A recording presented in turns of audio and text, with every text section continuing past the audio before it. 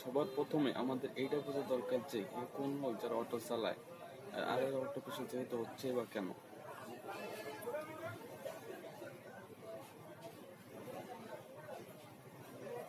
এর উপর একটা বড় রিসার্চ পেপার পাবলিশড হয়েছিল, যেখানে দেখা যায় যেখানে দেখা যায় যেখানে দেখা যায় অটো চালানোর পিছনে যেখানে দেখা যায় অটো চালানোর পিছনে দুইটা বড় কারণ আছে। যেখানে দেখা যায় অটো চালানোর পিছনে দুইটা বড় কারণ আছে। এক তো এক তো দরিদ্রতা, আমি ইজি মানি। এক তো দরিদ্রতা, একটা ইজি মানি।